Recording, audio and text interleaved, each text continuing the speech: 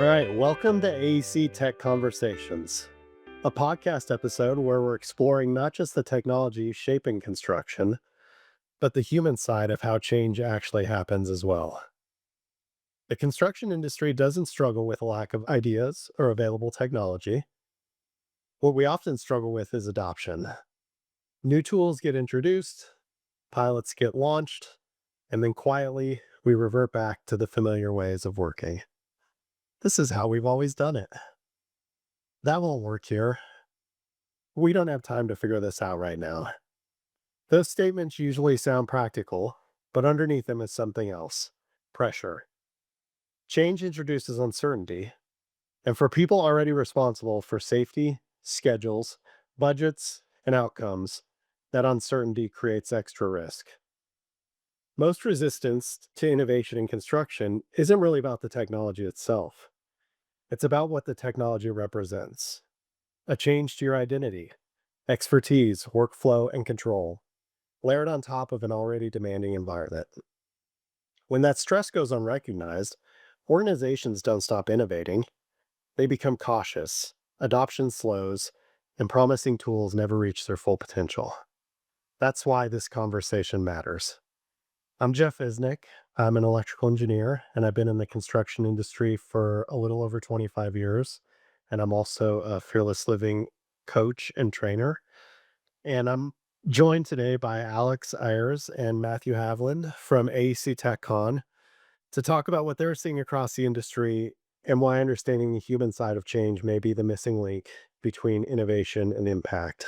So, Alex, do you want to introduce yourself and tell us a little bit about your role in the conference? Happily. Happy to be here, Jeff. As you said, I'm Alex Ayers. I work here in St. Louis at the Cordy Company, a general contractor and design builder. Been with Cordy for about 10 years now and currently hold the role of Director of Technology and Development. Pretty applicable to this conversation because that role is essentially half construction technology deployment and half workforce development initiatives. So definitely align with a lot of what TechCon represents. And of course, in addition, my day job, I volunteer with Matt to help lead the steering committee for AEC TechCon, about a 10 to 15 year running event, again, here in St. Louis, that shows where and how technology can transform the AEC industry.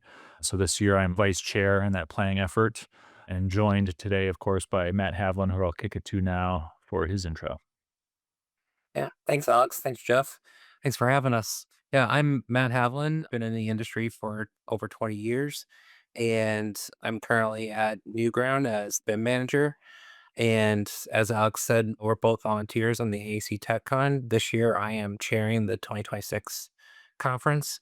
I've been a part of it for, over 10 years now. Been co-chair before in another version of it. But yeah, we've rebranded to AC TechCon not too few years ago. And it's our new home for creating community in the industry for people to come together, network, share their knowledge, and see where we can improve the industry going forward.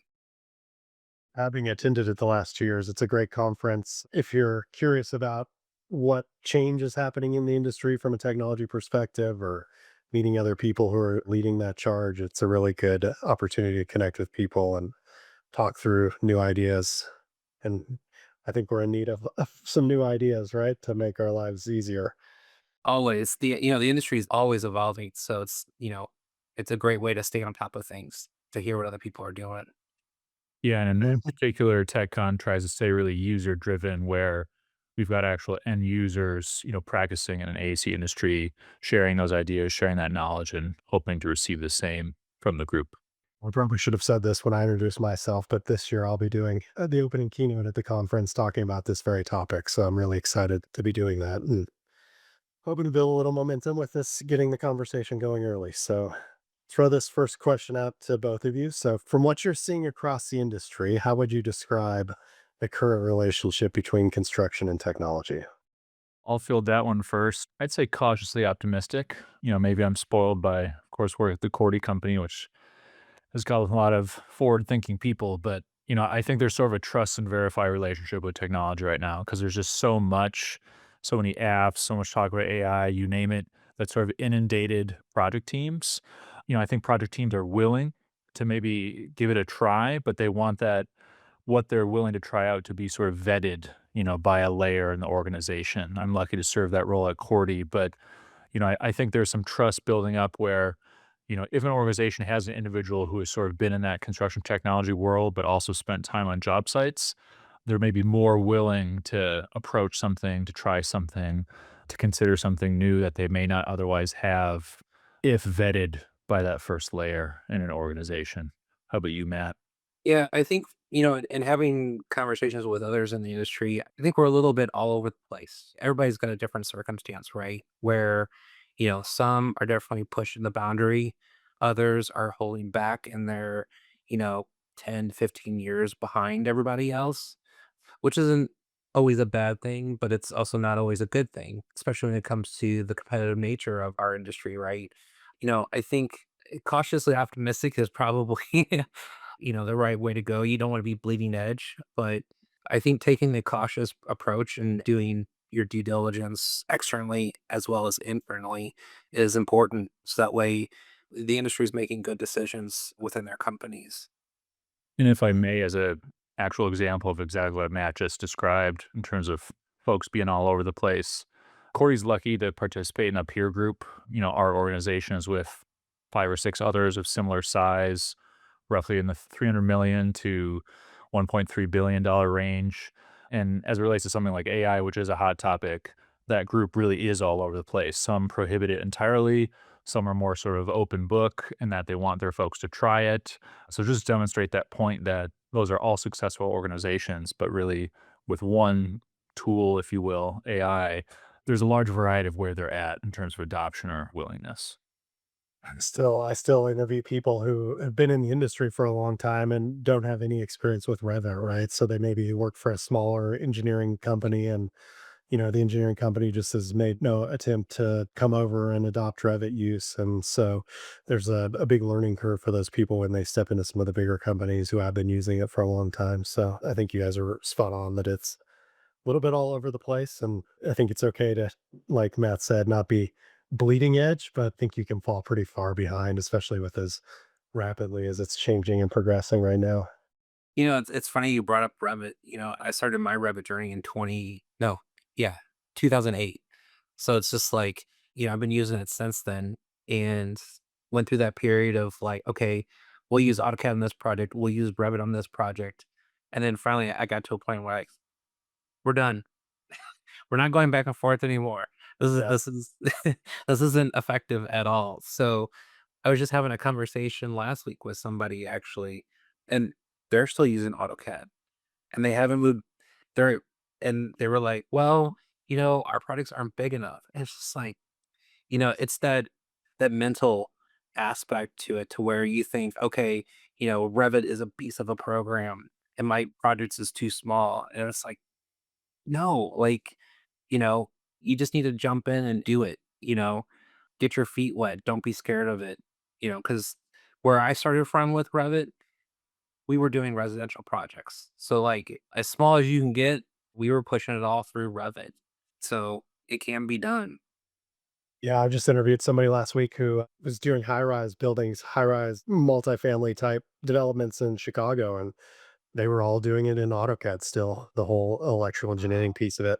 And I think, right, it's that we're all under a lot of pressure in the industry, right? Whether it be time pressure, budget pressure, whatever, right? And so this idea of trying something new adds to that level of pressure. It does. So when you guys see new technology introduced, what tends to influence how well it actually gets used? Hmm. Want to field that one first, man?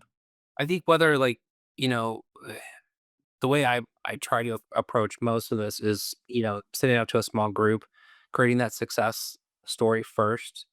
That way, when we do roll it out to the larger group, that there's some buy-in, some excitement to try to get the rest of the gang on board. I've seen that as a successful approach. I think where people get, afraid is the unknown, right? It's like, oh, there's this new thing, or they get overwhelmed because it's another thing I got to learn. I think trying to start small and then build up from there in terms of an implementation, rolling it out in phases really helps. Yeah, I couldn't agree Yes. more. Whether it's at AEC TechCon, similar events put on by our conference partners, Autodesk, Procore, I'm always looking for an implementation session. It might be titled something different, adoption, implementation. If it's got that word in the title, I'm usually drawn to the session because it's usually its simplest form, sort of a phasing or piecemeal approach, like Matt is saying. But I just really like to hear real stories of how people have deployed that concept. Because ultimately, I think the short answer to the question is, I've heard the term champion used a lot. Matt's talking about a success story, a small team, but same concept. Like if I can get, a superintendent, even better if they're, say, a Cordy veteran, bought into an idea, and if that idea is actually helping them in their day to day, that is way more powerful to communicate that story, to other teams that haven't yet used the product, the workflow, et cetera, really more than any presentation or pitch that I could do or a vendor could do. So absolutely, I think it's got to happen in phases, and you got to sort of pick like where's the frontier of this implementation and how quickly is it being deployed? Is it this group of projects, this type of projects, the size of project, these individuals, what have you. But I've always found success in that by having a very strict phasing, strict rollout in that regard. I always look at change and I always think of my son right now is learning how to drive. And I look at change adoption, right, as like, well, if I just like took him to the highway and cut him loose, we'd be in a lot of trouble, right? And we'd probably be injuring ourselves and other people as we go about it, right? So it's how do you get him comfortable in small steps so that at some point he can actually do all the things that you have to do when you're driving. And that's kind of how we've approached it. And most of us probably did that at some point in our life, and now driving is a very comfortable thing for us. So I think you're both spot on, right? The little steps to help move the ball forward. And I love the analogy though. It's, contact people listening. It's like, what is your proverbial parking lot to practice in, and how does that map to your organization? Maybe make it sound a little bit more grand than the proverbial parking lot, but what is the practice round? What is the sandbox?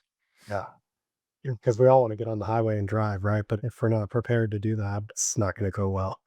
So Matt kind of mentioned this. What do you think? I mean, I think in the construction industry, this is the way we've always done it, is said so much.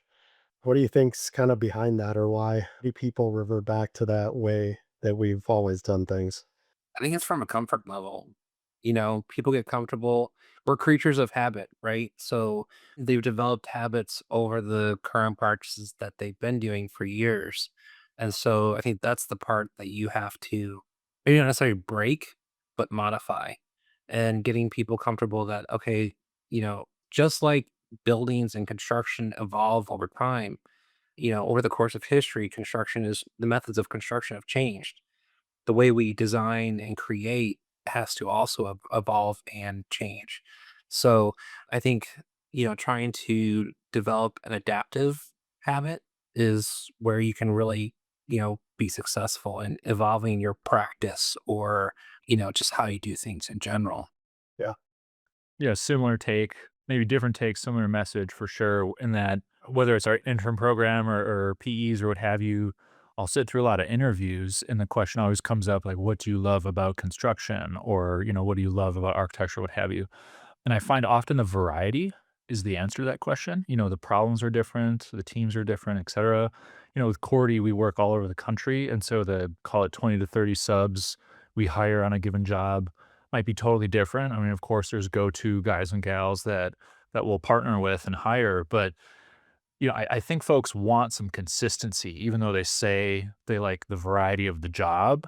And so whether it's a workflow or a process or a tool, having that consistency, despite the variety and objective or team, I think really helps folks not maybe be totally overwhelmed by construction as a job, given that you have, you know, this job is greenfield and has underground utility and permitting challenges. This job is brownfield and has existing conditions and tie-in and, you know, operating during construction challenges. And it's a little bit different flavor on every job. And so I think folks fall back on maybe the process or workflows that comprise their job as the comfort zone, knowing that the nature of the job can be so different project to project.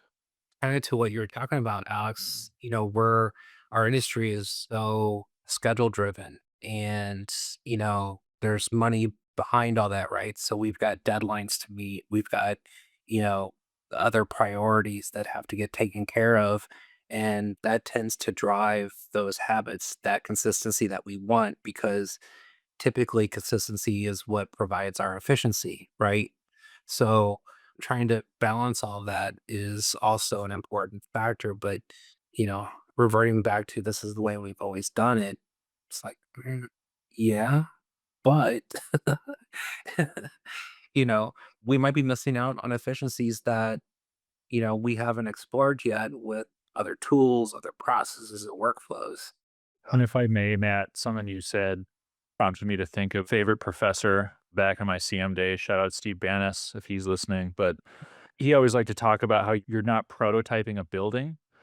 If you're building a software, you're building a V1, you can make adjustments in V1.1, you can make adjustments in V2, so on and so forth.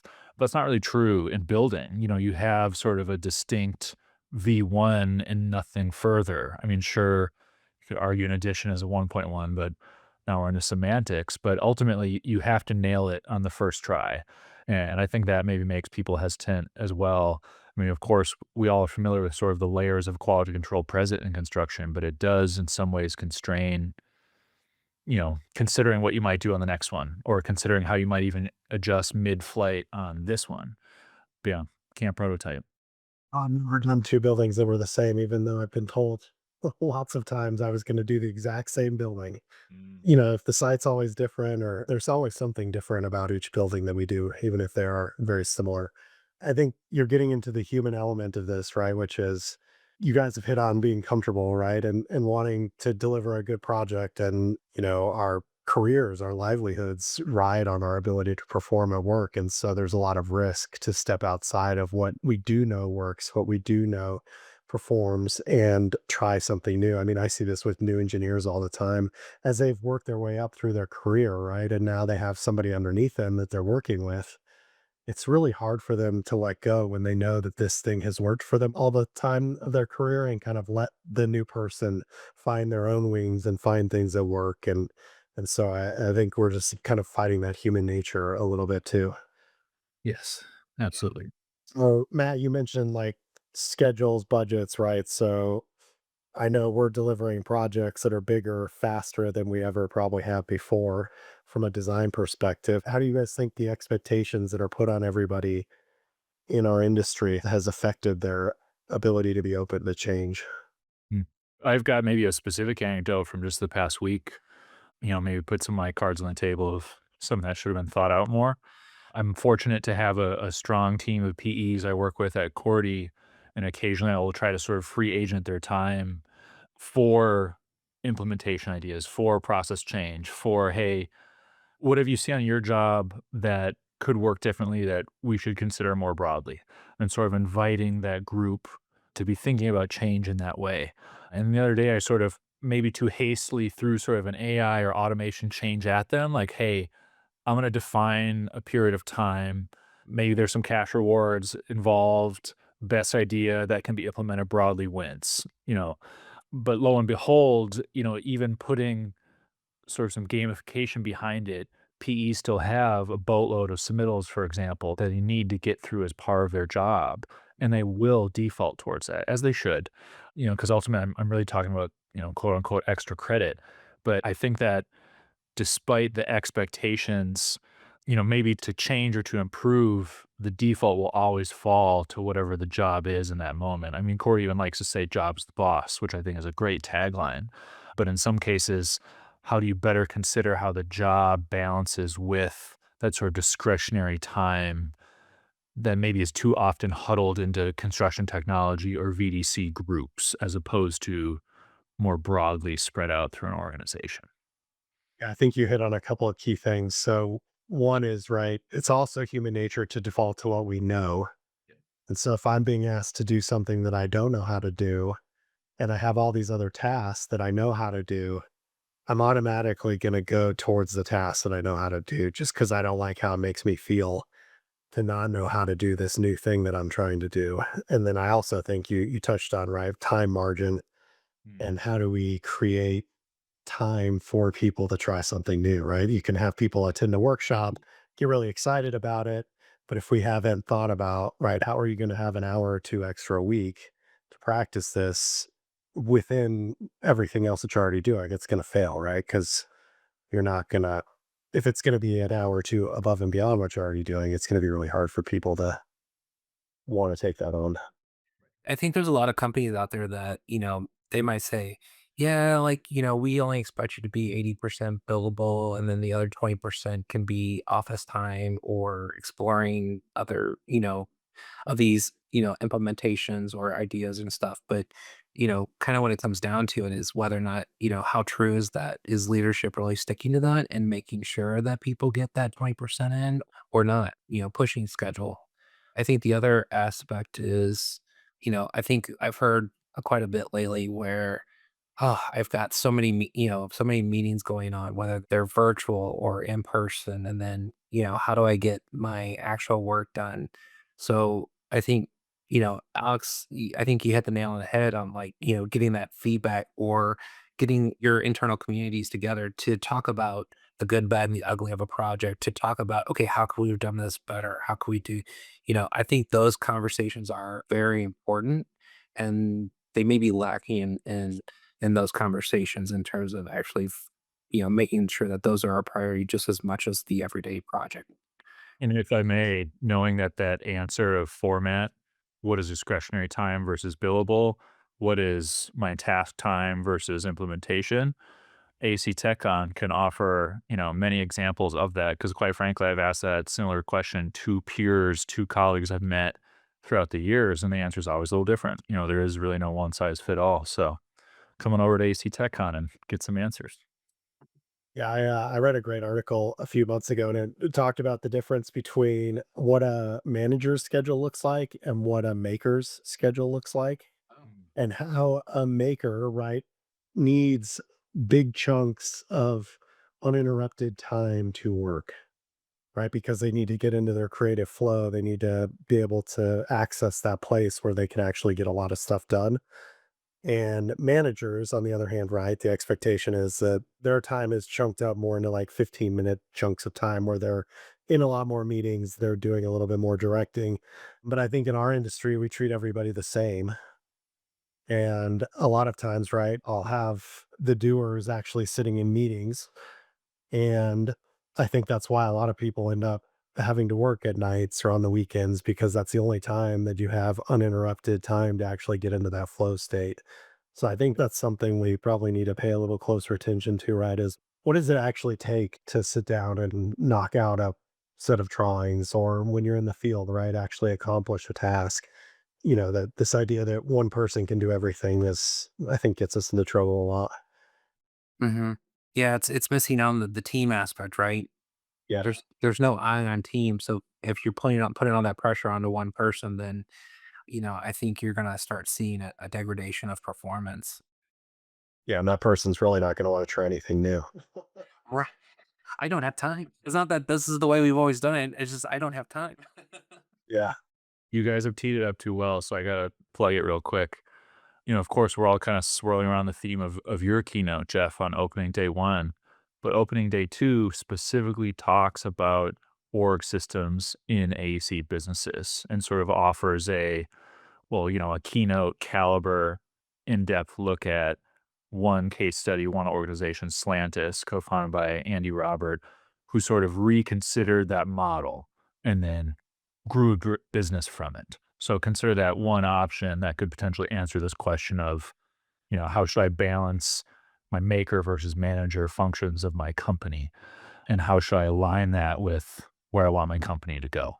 Because again, I think not just the keynote, but in some ways, anyone you talk to could answer or at least talk about that question. I'm really excited to see that. For as creative as we all are at times, I fear we lack that when it comes to how we run our businesses. Yeah. So why does this feel like an important conversation, an important moment right now in construction to you Well, both? kind of everything that we've been talking about today, I think I don't know if breaking point's the right word, but like there's so much happening these days, in terms of how fast technology has developed. And some of us are trying to keep up. Some of us are falling behind, some of us are staying on top of it. And, you know, where do you go to find, what everybody else's struggles are? And kind of to Alex's point that he's pushed out there a couple times, like, AEC Tech conferences like AEC TechCon are the type of places that you need to go to have those conversations with others in the industry to find out, how are you doing this? How are you getting by? And there's a sense of community in the industry where instead of holding on to your knowledge and thinking that it's giving you the competitive edge, you know, share that knowledge and help each other grow, because there might be also opportunities of teaming on projects. I've seen a lot of large construction companies now, like the Rams stadium in Las Vegas, McCarthy and Mortensen, I think it was. Two very large construction conglomerates came together and built that stadium. And there might have been some other ones that I'm not aware of, but I think we have to start thinking differently about our industry and what that looks like. I would agree. I think when you're in that burned out, fearful state, right, your natural inclination is to isolate Mhm. and just put your head down and work. And that is about the worst possible thing you can do, right? We need community. As a species, right, we're very tribe centric. And so this ability to connect with people and share ideas and lean on each other in those tough times is really important to all of us. Yeah, not like fully formed thought. So I'm gonna test this one out here and see what you guys think. But I really like this maker manager analogy, mostly just because I like alliteration. But one could argue we've all seen this graph of productivity over time that shows, say, construction and agriculture sort of grouped as not improving, and maybe agriculture even has us beat on a improvement over time basis. So it's a known problem. It's not a surprise that construction innovates slowly, but I wonder, everyone understands that our industry is likewise tight margin. We're not manufacturing or tech where we've got a 40, 50, 60% margin to play with, and by extension, fund a maker ecosystem that has large work blocks to improve our processes. So in absence of that, why not sort of group source that, from a wider industry, in terms of why is this important? Why is this moment so important to be having these conversations? I mean, we've already talked about sort of the increasing demands of projects, but we also didn't really talk about the scale. I mean, Corey has not personally, dove into the data center market yet. We're considering it like everyone else, but I mean, some of these projects are $15 billion projects, but yet the ENR top contractors are what, 15 or $20 billion contractors? Like the scale is sort of mismatched with the segmentation of our industry. And so in some cases, we should pool, not formally, but sort of informally pool knowledge together to enable us to kind of all improve collectively. Because it's still the competitive edge is how well can you execute on the ideas that you've learned, because that ultimately is the biggest challenge. But at least in my career, the peer groups I participate in, the networks I have, I don't find it problematic, to sort of exchange things we've tried. It's not so much trade secret as in expended effort that I can sort of share in return for the same, and maybe not have to go through those tests either individually or have someone I employ go through those tests. I'm sort of sharing the effort informally in this maker manager breakdown. And I just think to emphasize that point and to grow that sentiment in our industry will always be useful, whether it's, like adoption of Revit or adoption of reality capture or AI or what have you. It's like, let's all try things. And hey, I tried this, but you tried that. We'll compare notes and go try our own things again. It's not that we're stealing, it's like you're informing. So that'd be kind of my take on it, and why I think maybe not super urgent, but is collectively, growing our knowledge, growing our industry skills. I think that's a really good point. And Yeah. the demand on everybody outside of work too is seemingly ramped up as well, right? So all the more reason to lean on each other and try to help each other out. I think everybody can have some success, right? Instead of trying to hoard it all to yourselves. And we can't, because I mean, if we have $15 billion projects and our revenue is less than that, it's like, how are we attacking that, or how are we bonding that, at a fundamental level, you know? Well, how much of what we consider intellectual property is really intellectual property? The tools are all the same no matter who's using it. Yep. Somebody might be using it more effectively than others, but, unless you're in the business of your company actually developing your own software or developing your own that, like, we're all using the same stuff. So, there's lessons to learn from each other and to share that knowledge. That reminds me of a previous point or a point previous keynote speaker Phil Bernstein had made, maybe on 2 separate occasions, actually. He had sort of made the analogy of what we're talking about to flashing details in an architecture firm, and that every architecture firm arguably has the same 15 to 25 flashing details, but they're all, like, very protective over them, like, "You keep money." But they're all the same, and so it sort of defeats the purpose. It's like maybe the call out detail might be the same. The implementation in that particular material sandwich of a building might be unique, but let's not argue about the details. Individually we can execute on the buildings we design, but let's not argue about who gets to own this flashing layer goes in front of this one? Right. It's like, did you actually invent a new product that's in there, that's in your detail that nobody else has knowledge of? That's yeah. And probably all came from one company anyways, was people had moved around and copied details, right? Yeah, no kidding. It's at least in St. Louis, it's that way. Yeah, I joined a engineering firm and we were working on 3 brand new schools at the same time, and all 3 were doing separate luminaire schedules for their projects, right? It's like, guys, like 80% of the lights in a school are the exact same. Why are all 3 of you sitting here doing the same thing when we could be having one person do it and share amongst the group? And we did schools all the time, so that, it just speeds things up. But Yeah. yeah. Yeah. So how does the theme of the conference this year reflect what you guys are hearing from the industry? Yeah, I'll turn this plug a little bit towards you, Jeff, and talk about our keynotes. Matt and I are big fans of the sub theme present in our keynotes, specifically an intentional pairing of thought leaders, you being one of those, Jeff, with case studies. And so I think that theme, while not, it doesn't have a conceptual narrative that we can talk about. It has more of a practical narrative where, yeah, we want to introduce you to some of these ideas, whether it be the human side of change, the stress and fear that accompanies that, in your case, Jeff, or the aforementioned organizational redesign in Andy Roberts' case. Okay, those are great.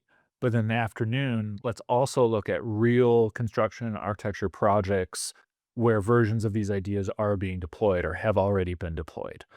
And so I would say, even though that's not sort of a long form conceptual theme I can describe, hopefully by virtue of offering both of those, our attendees know that we are serious both about offering ideas that can improve your organizations, but also demonstrative examples, you know, of building projects where they have been employed.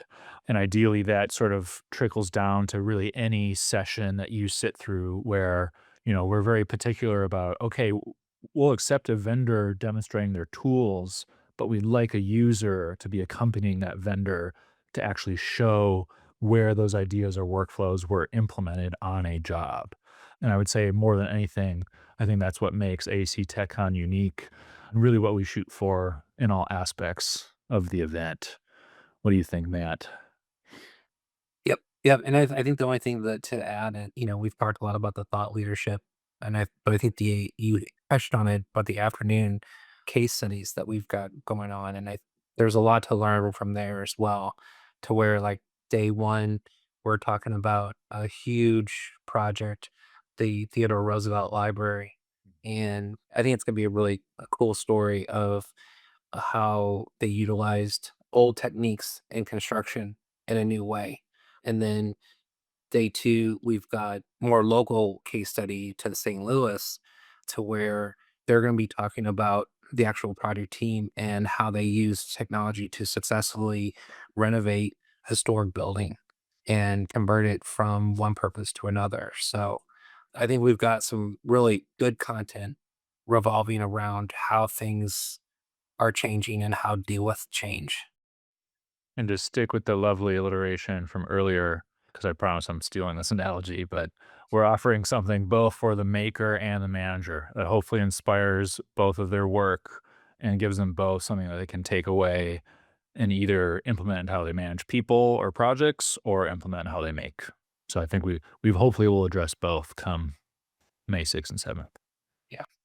My last question for you both is, as you look ahead, what do you think leaders need to be paying attention to as technology does continue to evolve? Because it's evolving at an exponential rate, right? Way faster, and there's been way more growth than we've ever seen. And, I even heard somebody say, right, look at your credit card statement and how many things that you pay for now didn't exist 5 years ago. And it's a lot.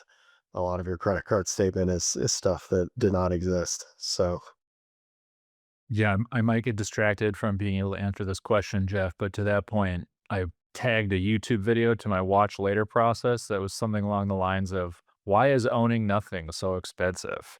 To your point about all these subscriptions, et cetera. Yeah, it's a lot.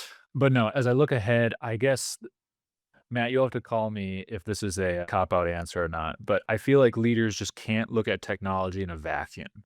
They sort of have to look at comprehensively what is the value that that technology is bringing to their organization and how well are their people leveraging it.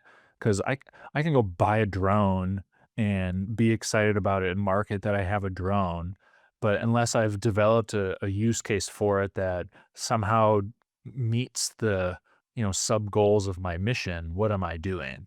And so I really invite folks to not just look at what technology you have, but maybe how well it is aligned with running your projects. And if it feels like an afterthought or if it feels like effort, there's probably an issue there or there's probably an opportunity there to implement it better.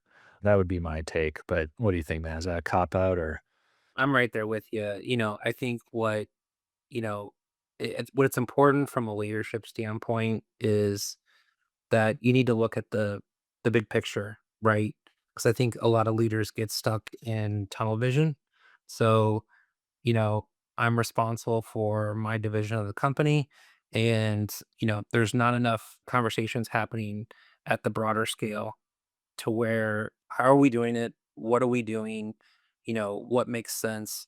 I've attended a lot of sessions over the past few years of people talking about technology stacks, ecosystems, and I think that's not being talked about enough, probably in companies, to where, okay, let's look at everything that we have and what's connected, what's not connected. Where can we gain efficiencies? Where, you know, Jeff, you talked about spending, right? Like the cost of technology is only going to keep going up. So, how does that become sustainable? Because if we keep going after the new shinies and not looking at, okay, how does this fit within our process? Then you can start to run into trouble there as well. So I think the biggest thing is to make sure that the right people are as part of the conversation. And it's not just, I mean, we all want to make money, right? But how we do that, that has to be part of the conversation as well. yeah, and I would challenge leaders to not forget the human side of this, right? Because if we do forget that part of it, right, our people are going to be fighting against us the whole way, no matter how good a new piece of technology is. And it's going to fail, right? Like people's brains are going to work against that the whole time. And so it's really important to consider that and have a plan of how to work with people's mentalities and that fear part of their brain instead of trying to fight against it. Yep, 100%. Hmm. Anything else to add, you two, or shall we wrap up? Maybe an obvious thing to include, but if you're curious about these ideas and want to know more, please do join us here in the St. Louis area come May 6th and 7th. AEC TechCon will be on its third year under that name, and we'd love to have you as we continue to grow. If you want to know more, check out our website. It's tied directly to AGC in Missouri, so you can find us there. May 6th and 7th. Yeah, May 6th and 7th. It's a great conference. Having attended the last 2 years, I would definitely say it's money well spent. Thanks for having us, Jeff. Yeah, well, thanks for joining me today, and we'll catch y'all next time for another conversation. No doubt.